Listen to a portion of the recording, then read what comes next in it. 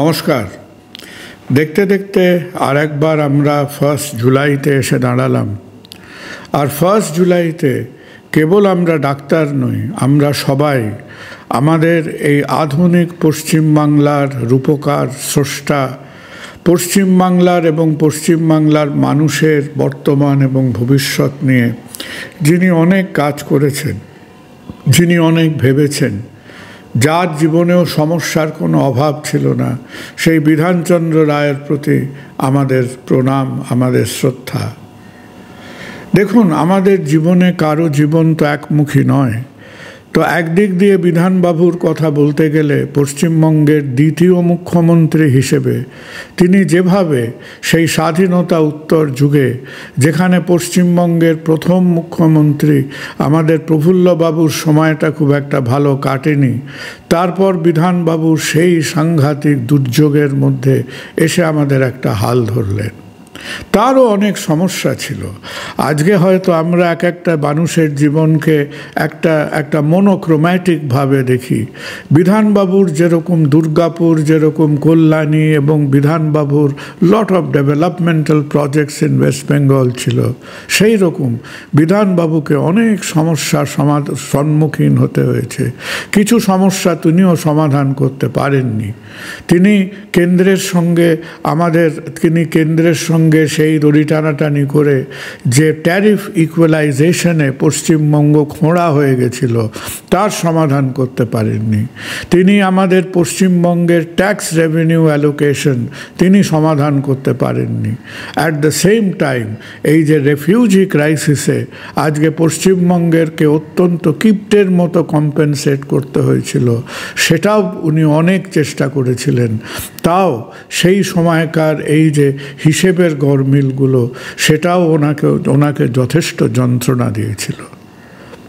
বিধানবাবুকে আজকে আমরা মনে রেখেছি একজন বরেণ্য এবং one of the icons of the medical profession, কেবল পশ্চিমবঙ্গে নয়, ইন দ্য হোল কান্ট্রি। ওনার অনেক গল্প আপনারা জানেন। যেদিন বিধানচন্দ্র রায় মারা গেলেন, সেদিন আমাদের দেশ যা বলেছিল সেগুলো হয়তো আজও আমাদের কানে ভাসে। সেদিন আজকে আন্তর্জাতিক মিডিয়া কতগুলো ইন্টারেস্টিং হেডলাইন ছিল on the demise of doctor BC রয়।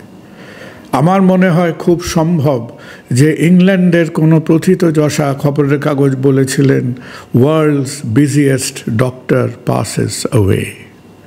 এবং এই যে কথা তারা বলেছিল, খুব সম্ভব this was a BBC headline, যে world's biggest doctor passes away. এবং সেইখানে যে সাংবাদিকটি এই কথাটা লিখেছিলেন, তার একটা গল্প আছে যে তারা আড়ালে আবডালে শুনতো যে বিধানবাবু কতটা ব্যস্ত। সবাই জানতো বিধানবাবুকে দেখানোর জন্যে একেবারে লোক এসে, প্রায় এখন তো আপনাকে এই বিভিন্ন ব্রিগেডে মিটিং করতে হয়। বিধানচন্দ্র রায় তেমনই একজন ডাক্তার ছিলেন, যাকে শুধু মেডিকেলি কনসাল্ট করার জন্যে একেবারে লোকের ভিড় হাজারে হাজারে উপচে পড়তো। তো এই সাংবাদিকটি, তিনি বিধানবাবু একবার ট্রেনে করে বোধহয় খুব সম্ভব কলকাতার থেকে দিল্লি যাচ্ছিলেন। তো এই বিদেশি সাংবাদিকটি বিধানবাবুর সঙ্গে ট্রাভেল করেছিলেন এবং তখন তিনি নোটিস করলেন যে সেই ট্রেনটি যারা চালাচ্ছে, ট্রেনের গার্ড টাইপ অফ লোকেরা, তারা অত্যন্ত ভয়ে সিঁটিয়ে গেছে। কেন ভয়ে সিঁটিয়ে গেছে? তারা ভয়ে ঠকঠক করে কাঁপছে এইটা ভেবে যে লোকে যদি জানতে পারে যে বিধানবাবু ট্রেনে আছে, তাহলে এই প্ল্যাটফর্মে হাজার হাজার লোকের ভিড় হবে।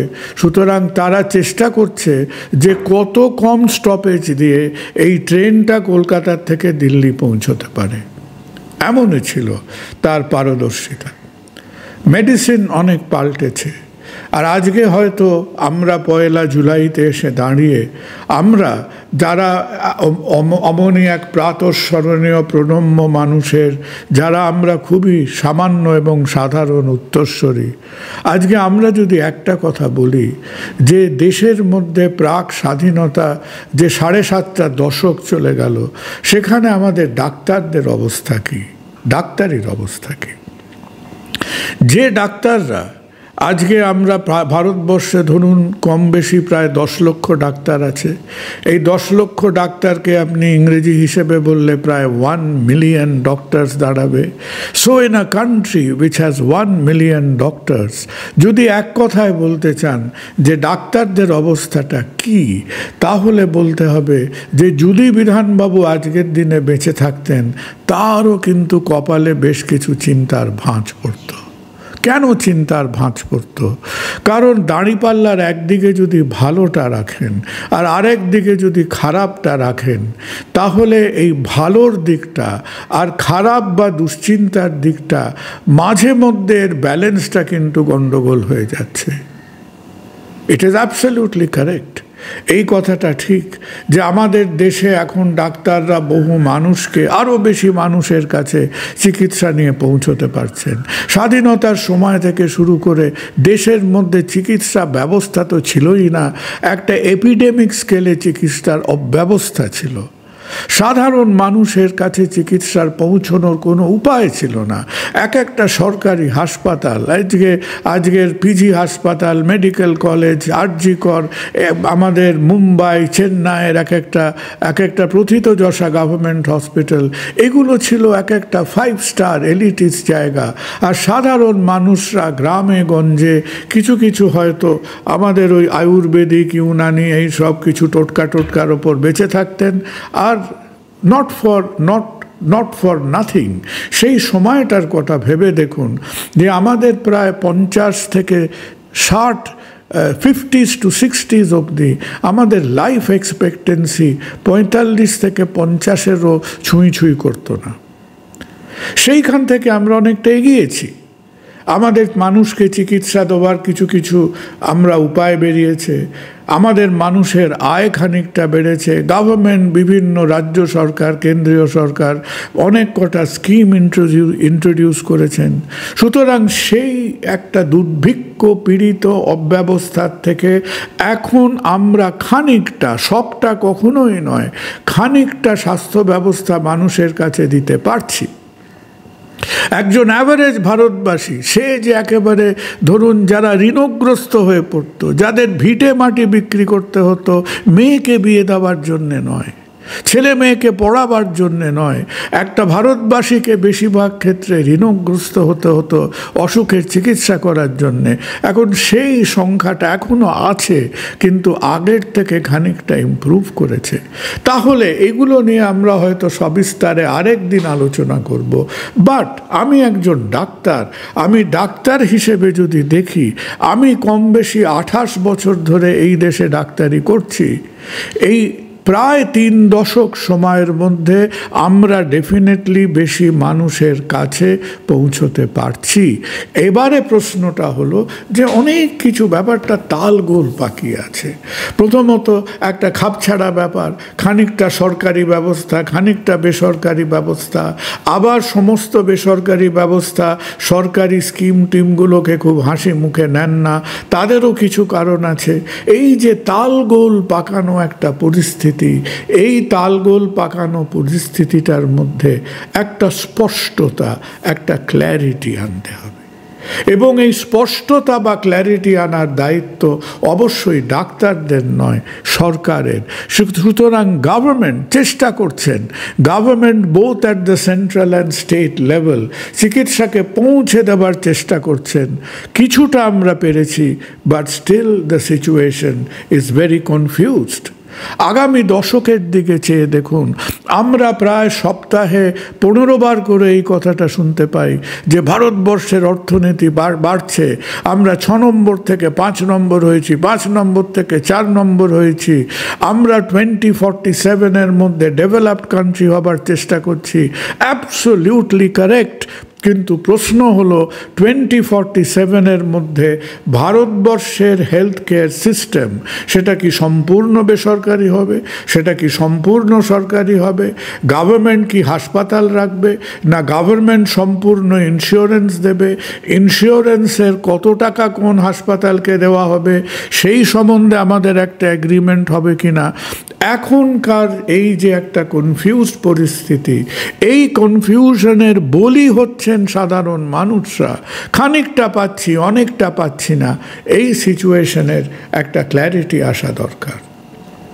আর হাত জোর করে এই 1 জুলাইতে আমার সতীর্থদের, আমাদের সমস্ত ডাক্তারদের, পশ্চিমবঙ্গের কম বেশি 1 লক্ষ ডাক্তার, ভারতবর্ষের কম বেশি 10 লক্ষ ডাক্তারকে বলবো যে দেখুন, একটা সুন্দরবনের বাঘ, তাকেও জানতে হয় যে জলটা কোথায়, গাছটা কোথায়, কুমিরটা কোথায়, তার খাওয়া দাওয়াটা কোথায় আছে।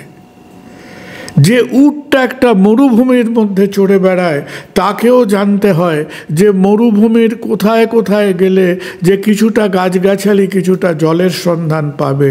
সুতরাং আমরা ডাক্তাররা আজকে বেশিরভাগ ক্ষেত্রে একটা ফাঁদে পা দিয়ে বসে আছি, এবং এই ফাঁদটা হলো আইদার আমরা একটা ব্যক্তি বিশেষ বা ইন্ডিভিজুয়াল হিসেবে নিজেদের ভাবছি।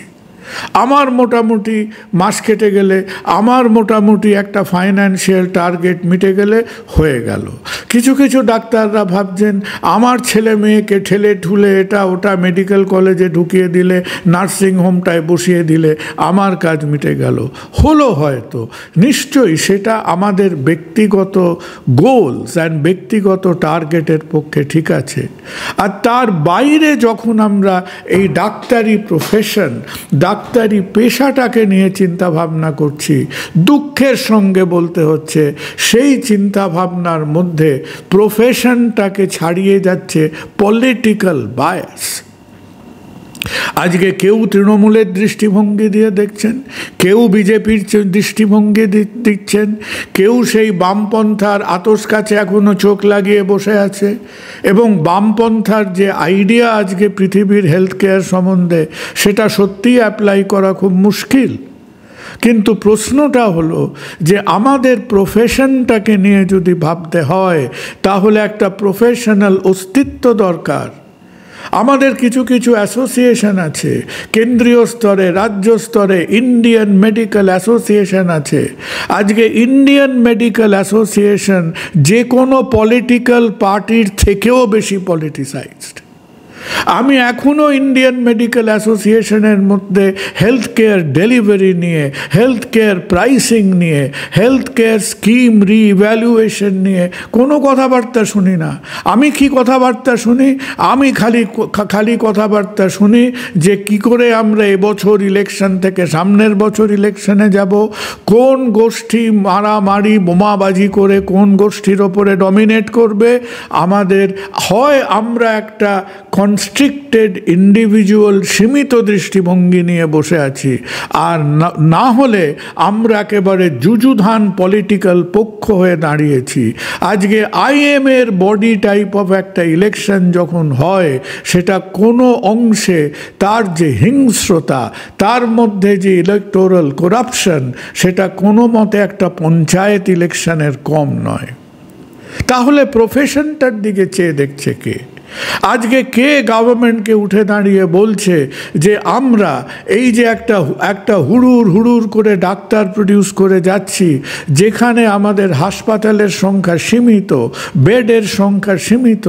ভারতবর্ষে গত 5 বছরে নাম্বার অফ হসপিটাল বেডস 5 থেকে 7% বেড়েছে কিনা সন্দেহ, অথচ প্রতি বছর আমরা 8%, 10% করে এক একটা ডাক্তার বাড়িয়ে যাচ্ছি। প্রায় বলতে গেলে প্রতিটা ট্রাফিক লাইটে আমরা একটা করে মেডিকেল কলেজ খুলছি। প্রাইভেট মেডিকেল কলেজগুলো আজকে একটা সাট্টাবাজির মধ্যে চলে গেছে, যেখানে নিট পরীক্ষায় শূন্য পেয়েও একজন যদি 3-4 কোটি টাকা দেয়, সে মেডিকেল কলেজে ঢুকে পড়তে পারে। তাহলে এই যে ছেলে মেয়েগুলো, একদিকে আমাদের পরিকাঠামোটা একটা স্ট্যাগন্যান্ট অবস্থায় দাঁড়াচ্ছে, অন্যদিকে আমরা হু করে একটা পপুলিজমের জন্যে মেডিকেল কলেজগুলোকে একটা সাট্টাবাজি করব বলে আমরা ডাক্তার প্রডিউস করছি। তাহলে প্রথম কথা হলো, এই ছেলে মেয়েগুলো পাশ করে কাজ করবে কোথায়? দ্বিতীয় প্রশ্ন হলো যে এই ছেলে মেয়েগুলো যখন কাজ করবে এবং তাদের যখন একটা খিদে থাকবে যে আমার বাবা মা যে রক্ত বমি করে 4-5 কোটি টাকা খরচা করে আমাকে ডাক্তার করেছে, সেই টাকাটা আমাকে 4-5 বছরের মধ্যে তুলতে হবে। তখন তাদের মধ্যে আমরা কি এথিক্স, আমরা কি স্ট্যান্ডার্ড অফ প্র্যাকটিস আশা করব? আরও প্রশ্ন আছে, প্রচুর প্রশ্ন আছে, প্রচুর প্রশ্ন এই নিয়ে আছে যে আজকে এমবিবিএসের সঙ্গে অন্যান্য কোর্সকে ইন্টিগ্রেট করা। আরও প্রশ্ন আছে, আমরা ডাক্তারি শিক্ষা ব্যবস্থা কারিকুলাম একটা নিট পরীক্ষার মধ্যে ঝুড়ি ঝুড়ি করাপশন হচ্ছে, তবুও চেষ্টা হয়তো একটা হচ্ছে যে আমাদের ভারতবর্ষের এই 400-500 মেডিকেল কলেজকে, পোস্ট গ্র্যাজুয়েট ইনস্টিটিউশনকে, প্রতি বছর যে প্রায় 1,20,000 ডাক্তাররা ঢুকছে, এদের সমস্তটাকে একটা অর্গানাইজ জায়গায় আনার। কিন্তু আমরা ডাক্তাররা যেখানে যে পরীক্ষাটায় বসে বসে ডাহা ফেল করছি, সেটা হলো হয় আমরা একটা অত্যন্ত আত্মকেন্দ্রিক সেলফিশ অবস্থায় রয়েছি, আর তা না হলে যখন আমরা নিজেদের এই আত্মকেন্দ্রিক সেলফিশনেসটাকে কাটিয়ে উঠে আমাদের নেক্সট অস্তিত্বটা হলো কমপ্লিটলি একটা পলিটিক্যাল দাঙ্গাবাজির অস্তিত্ব।